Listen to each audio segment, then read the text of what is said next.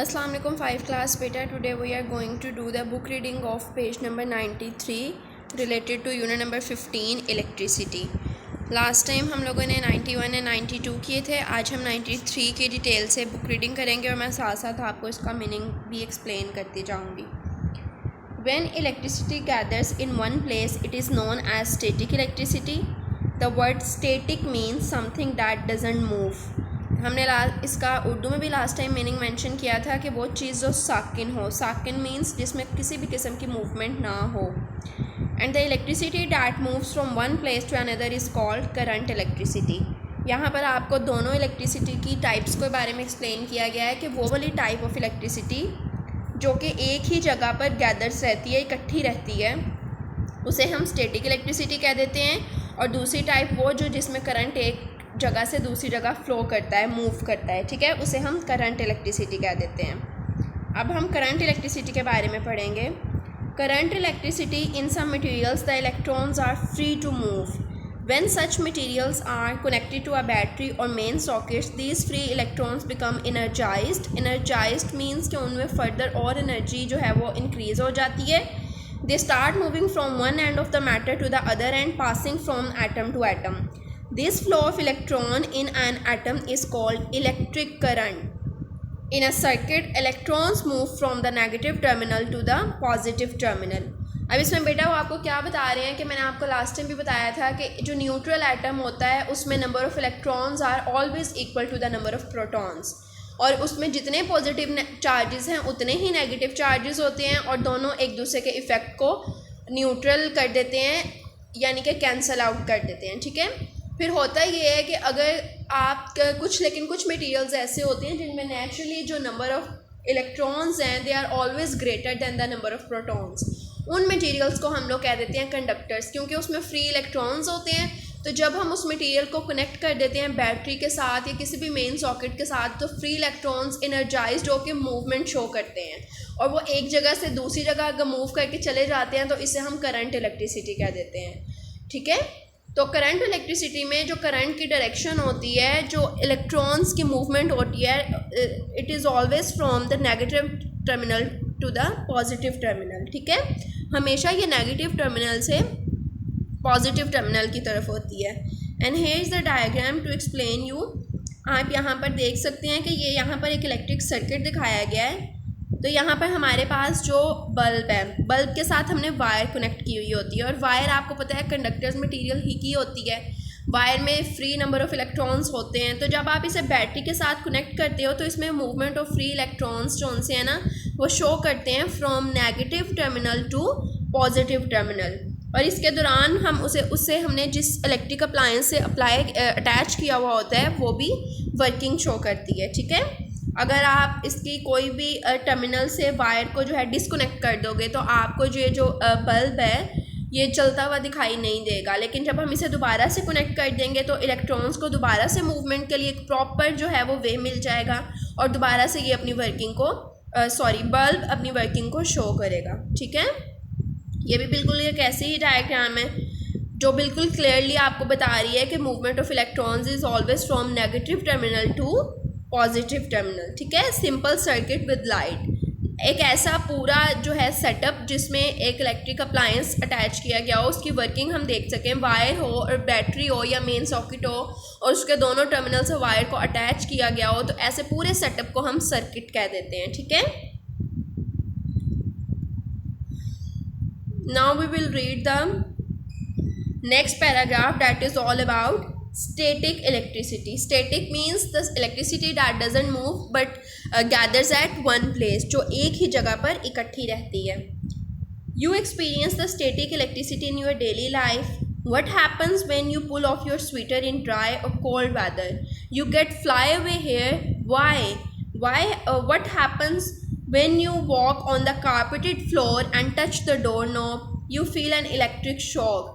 या आपको आपकी डेली लाइफ में से कुछ ऐसे एग्जांपल्स बता रहे हैं जो ये शो करती हैं कि बेटा स्टैटिक इलेक्ट्रिसिटी एग्जिस्ट करती है. अब आपको यहाँ पर नीचे वाले पैराग्राफ में सारी रीज़न बताई जाएगी. All this happens because of static electricity. When you pull off your sweater rubs against your hair. क्योंकि स्वेटर और हेयर भी आपको पता है जो लिविंग थिंग्स का जो हेयर होते हैं वो नॉन लिविंग पार्ट है, इसी वजह से आप अपने बालों को कट करते हैं या नेल्स को कट करते हैं तो आपको पेन नहीं होती, ठीक है। जो इनकी रूट्स होती हैं वो लिविंग होती हैं, लेकिन ये नीचे से जो है वो नॉन लिविंग है। तो हेयर और स्वेटर दोनों जो है नॉन लिविंग है। जब उन्हें एक दूसरे के अगेंस्ट रब किया जाता है, electrons move from your hair to your sweater, तो इलेक्ट्रॉन्स आपके बालों से मूव कर जाते हैं आपके स्वेटर में। तो जब इलेक्ट्रॉन्स से आपके बालों से इलेक्ट्रॉन्स मूव कर गए तो वहाँ पर नंबर ऑफ प्रोटॉन्स ज़्यादा हो जाएंगे, पॉजिटिव चार्जेस हो जाएंगे ना। और इसी तरह से जो आपका स्वेटर है जहाँ पर नंबर ऑफ़ इलेक्ट्रॉन्स हैं वहाँ पर नंबर ऑफ़ इलेक्ट्रॉन्स ज़्यादा हो जाएंगे आएंगे जिसमें।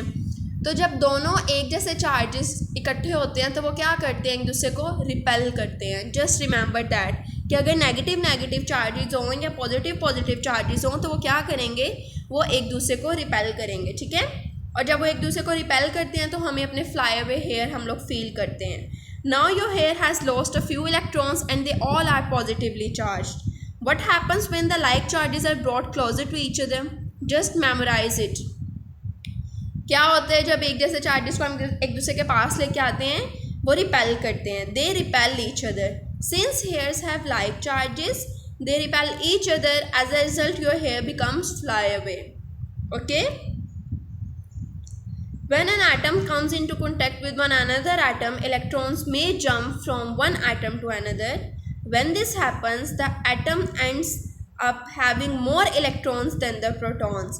वो कह रहे हैं कि अगर दो एक एटम्स एक दूसरे के साथ रब हों तो इलेक्ट्रॉन्स जंप करके दूसरे में चले जाते हैं, और जब ये होता है तो इलेक्ट्रॉन्स जो उनसे हैं जिसमें जाते हैं उसमें डेफिनेटली जब बाहर से भी इलेक्ट्रॉन्स ऐड होंगे तो नंबर ऑफ़ इलेक्ट्रॉन्स जो उनसे हैं वो ज़्यादा हो जाते हैं as compare to number of protons. This atom becomes negatively charge.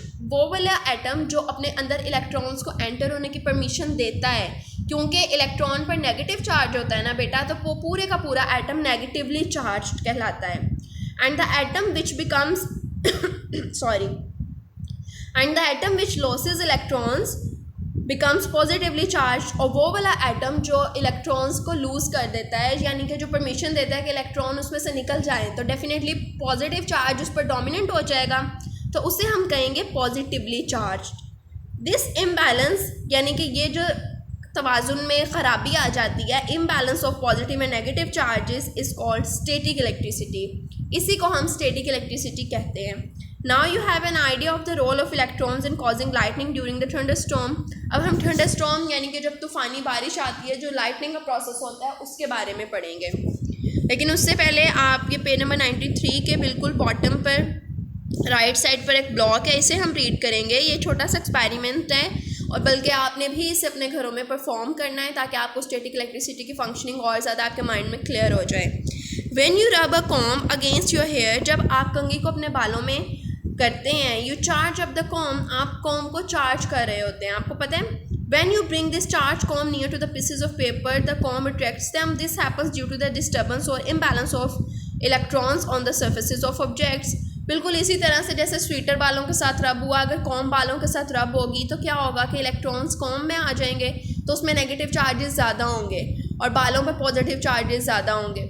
तो होगा क्या कि आप जब उस चार्ज्ड कॉम को paper of PCs of paper के पास लेके जाओगे छोटे छोटे, तो वो न्यूट्रल होंगे, और वो जो है जब आप उस एक चार्ज चीज़ के पास लेके जाओगे तो वो उस डिस्टर्बेंस ऑफ इलेक्ट्रॉन्स की वजह से उसकी तरफ अट्रैक्ट करेगा, ठीक है। जैसे कि here you can see the diagram. आप कोई से दो बैलून्स की एग्जांपल ले लो। अगर दो बैलून्स आपस में एक दूसरे के साथ रब होते हैं, उसमें डिस्टर्बेंस ऑफ इलेक्ट्रॉन हो जाता है, तो क्या होगा, आपने नोट डाउन किया होगा कि अक्सर बैलून को आप जब उछालते हो खेलते हो तो बैलून वॉल के साथ भी अटैच हो जाता है कभी कभी, थोड़ी बिल्कुल 1-2 सेकंड्स के लिए, क्योंकि स्टैटिक इलेक्ट्रिसिटी जो है वो ज़्यादा देर पार नहीं होती। तो क्या होता है कि बैलून में भी नेगेटिवली चार्ज हो और आपकी वॉल पॉजिटिवली चार्ज हो, तो वो दोनों एक दूसरे को अट्रैक्ट करेंगे, because opposite charges always attract each other. और अगर वो एक दूसरे को रिपेल कर रहे हैं, दूर दूर भी होते हैं अक्सर खेलते खेलते, तो वो क्यों होता है, क्योंकि दोनों पर सेम चार्जेस आ जाते हैं, ठीक है। इसी तरह से here you can see this diagram. Two objects with the static charges can attract or repel each other much like magnets. यानी कि ये मैग्नेट की तरह काम करते हैं।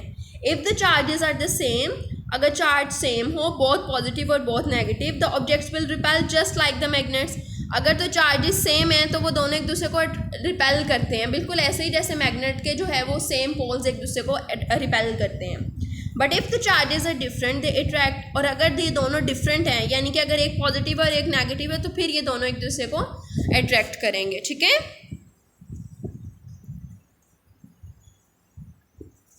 here is the words meaning, list of words meaning, here is the list of words meaning. आप देख सकते हो बेटा कि यहाँ पर ये वही वाले वर्ड्स मीनिंग्स हैं जो मैंने आपको लास्ट टाइम मार्क करवाए थे। You can take the screenshot, मैंने लास्ट टाइम रिवाइज कर दिए थे। आपने बस क्या करना है कि अपने चैप्टर में इन वर्ड्स को हाईलाइट करके इनके उर्दू मीनिंग्स मेंशन कर लेने हैं। And now we will read the last paragraph of this chapter, electricity in nature, कि कुदरत में हम इलेक्ट्रिसिटी कहाँ पर देखते हैं, जो नेचुरल तौर पर एग्जिस्ट करती है। When clouds rub against each other, electrons move from one cloud to another. They heat up the air between the clouds. If too many electrons move very fast, the air between the clouds gets so hot that it glows. This is the spark. And if the spark is huge, it is called lightning. वो कह रहे हैं कि जब lightning का process होता है ना, जब बादल बहुत ज़ोर से गरजते हैं तो वो एक्चुअली में एक दूसरे के साथ रब होते हैं। और इस रबिंग के दौरान होता ये है कि जब वो बहुत ज़ोर से रब होते हैं तो जो क्लाउड्स के दरमियान में एयर होती है वो वो जो हीट अप हो जाती है। और जब वो हीट अप हो जाती है ना बेटा, तो होता ये है कि इलेक्ट्रॉन्स क्योंकि बहुत तेज़ी से मूव कर रहे होते हैं, और अगर इलेक्ट्रॉन्स इतनी तेज़ी से मूव करें कि एयर बहुत ज़्यादा जो सी है वो गर्म हो जाए तो वो ग्लो करती है, और इस ग्लो को हम लोग कह देते हैं स्पार्क। और अगर स्पार्क बहुत बड़ा है तो उसे हम लाइटनिंग कह देते हैं। ठीक है, लाइटनिंग इज़ इलेक्ट्रिक करंट, कि लाइटनिंग क्या है, इलेक्ट्रिक करंट है। क्यों इलेक्ट्रिक करंट है, क्योंकि देखिए आपने देखा होगा लाइटनिंग ट्रेवल करती है, वो सिर्फ एक ही जगह पर नहीं होती। जब बिजली गरजती है तो उसकी मूवमेंट भी आपको ये पिक्चर में भी दिखाई गई है, वो वैसे भी शो होती है। और अक्सर आपने न्यूज़ में भी सुना होगा कि फ़लाँ जगह पे जी थंडरस्टॉर्म की वजह से ये बिजली गिरी और इतने बंदों की डेथ हो गई। तो हम बहुत सारी ऐसी न्यूज़ भी देखते हैं, तो ये भी इस चीज़ का प्रूफ है कि ये स्टैटिक इलेक्ट्रिसिटी नहीं बल्कि करंट इलेक्ट्रिसिटी है। ठीक है ना, तो ये हमें शो करके बताती है, ये एक्सपेरिमेंट हमें बताता है कि ये जो लाइटनिंग है ये इलेक्ट्रिक करंट है। और इसके अलावा अगर एक ऐसी इलेक्ट्रिसिटी की टाइप हो जो फर्दर सिर्फ एक ही जगह पर गैदर रहे, वो मूवमेंट शो ना करे, तो फिर वो स्टैटिक इलेक्ट्रिसिटी होगी। ओके बेटा, so this was all about the book reading of unit number 15 electricity, and I hope so that you have no difficulty. और अगर आपको कोई भी इशू हो और आपको समझ ना आए तो आपने वीडियो को रिवर्स करके दोबारा से सुनना है। ठीक है, और अगर आपको फिर भी समझ ना आए तो आपने जो आपको व्हाट्सएप ग्रुप्स प्रोवाइड किए गए हैं आप उसमें क्वेश्चनिंग कर सकते हैं। सो अल्लाह हाफिज़, टिल द नेक्स्ट लेक्चर।